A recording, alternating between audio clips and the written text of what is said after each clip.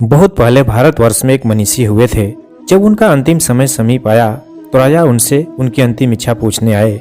उन्होंने अंतिम शब्द मात्र यही कहे, आप मेरे बच्चे को इतनी शिक्षा भर दिला दीजिएगा कि वह किसी धनपति अथवा शासन तंत्र की कृपा का भिखारी न रहे। राजा ने यही किया। उस बच्चे को ज्ञानार्जन के लिए काशी भेज दिया। जिन पुरोहित के संरक्षण में बच्चा पल रहा था, उन्होंने उसके युवा होने तक समुचित ज्ञान अर्जित करने पर कहा कि अब तुम कुछ भेंट लेकर राजा के पास जाओ और उन्हें नमन कर अपने अर्जित ज्ञान का प्रमाण दो। मात्र बौद्धिक ज्ञान प्राप्त किए हुए उस ऋषि पुत्र ने जैसा बताया था वही किया। राजा का बुलावा आने पर खुशामदी रुख अपनाते हुए राजा को भेंट दी एवं चरणों में सिर नवाया। राजा उसकी चापलूसी चेष्टा देखकर निराश हुए। उन्होंने उस युवक से पुनः शिक्षा प्राप्त करने हेतु काशी जाने को कहा।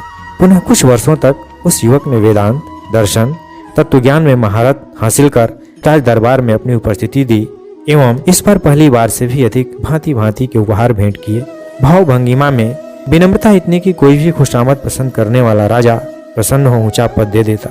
राजा को मनीषी के वचन याद थे। उन्होंने निराश होकर सोचा कि इसका ब्राह्मणत्व अभी भी नहीं जागा है, आत्मसम्मान इसमें विकसित हुआ नहीं, फिर पुरोहित पद देने का तो प्रश्न ही नहीं उठता। इस बार भी राजा ने उपेक्षा दिखाते हुए कहा कि और ज्ञान अर्जित करो, अभी कमी है। युवक की समझ में कुछ नहीं आया। उसे लगा कि या तो यह राजा विद्वता का सम्मान करना नहीं जानता या फिर यह मेरी परीक्षा ले रहा है। ऐसा सोचते हुए वह पुनः बंगाल देश चल पड़ा ताकि योग, शास्त्र, व्याकरण आदि का और भी उच्च स्तरीय अध्ययन कर वह राजा को प्रसन्न कर सके। 1 वर्ष के परिश्रम के बाद वह लौटा तो अगणित उपहार साथ थे जो प्रसन्न होकर वहां के धनपतियों ने दिए थे। सब राजा के समक्ष रखकर उसने साष्टांग प्रणाम किया। जब तक राजा ने उठने को नहीं कहा वह विद्वान उठा नहीं, किंतु उठने पर उसने नरेश को वही रूखी तटस्थ मुद्रा देखी। न स्वागत, न सत्कार, न कोई पद और न उपाधि। निराश व नदी किनारे चिंतन करता हुआ भ्रमण करने निकला। जीवन उसे व्यर्थ लगने लगा था। देर रात तक बैठा सोचता रहा, क्या करूं? एक साधु वहां से गुजरे। उनकी दिव्य दृष्टि ने हीरे की परख कर ली और छिपे हुए दोष की भी। पहले उससे उसकी गाथा सुनी, फिर उससे बोले, जिस शास्त्र ज्ञान को तुमने अर्जित किया उस पर मनन क्यों नहीं किया? क्या तुम्हें पतंजलि का योग सूत्र एवं गीता का समत्वम योग उच्यते वाला तो दर्शन यह नहीं सिखाता कि आत्मिक संपदा से संपन्न विभूतिवान को किसी प्रकार की राज कृपा रूपी भिक्षा नहीं चाहिए? तुम्हारा आत्मसम्मान, अंदर का ब्राह्मणत्व तो इस ज्ञान से और भी प्रखर होना था, किंतु तुम तो उसे भी गिरा बैठे। युवक द्वारा भावी मार्गदर्शन मांगे जाने पर साधु ने कहा, अब इस तत्व दर्शन को जीवन में उतारो। योग चित्तवृत्ति निरोध का नाम है। इसके उच्चतर सोपानों को प्राप्त करो।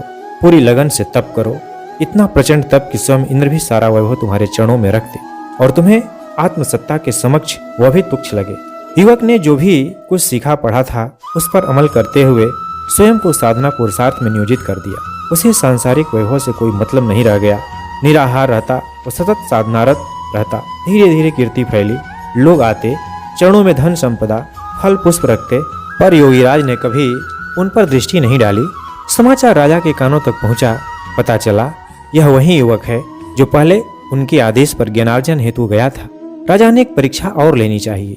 अपने प्रधानमंत्री को योगीराज की सेवा में भेजा। कहा, उन्हें यहाँ लेकर आओ।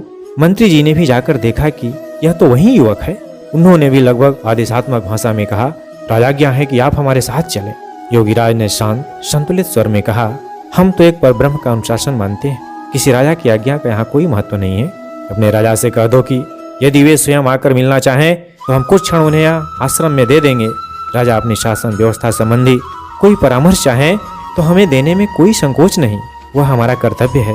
हतप्रभ मंत्री ने जाकर जब राजा को सारी बात बताई तो बड़े प्रसन्न हुए। उन्होंने समझ लिया कि जो उस युवक से वे चाहते थे वह उसने अर्जित कर लिया। राजा ने जाकर पूरे सम्मान के साथ याचना की, अब आप चलिए एवं राज पुरोहित वन शासन का सूत्र संचालन करिए। योगीराज ने धन्यवाद देते हुए कहा कि अब मेरा स्थान जहाँ है वहीं ठीक है, आप वहीं रहें और राज्य को हमारी अमानत मानकर चलाते रहें। जब भी चाहें मार्गदर्शन लेने आ सकते हैं। राजा ने उनके चरणों में मस्तक नवाया और कहा, आप धन्य हैं।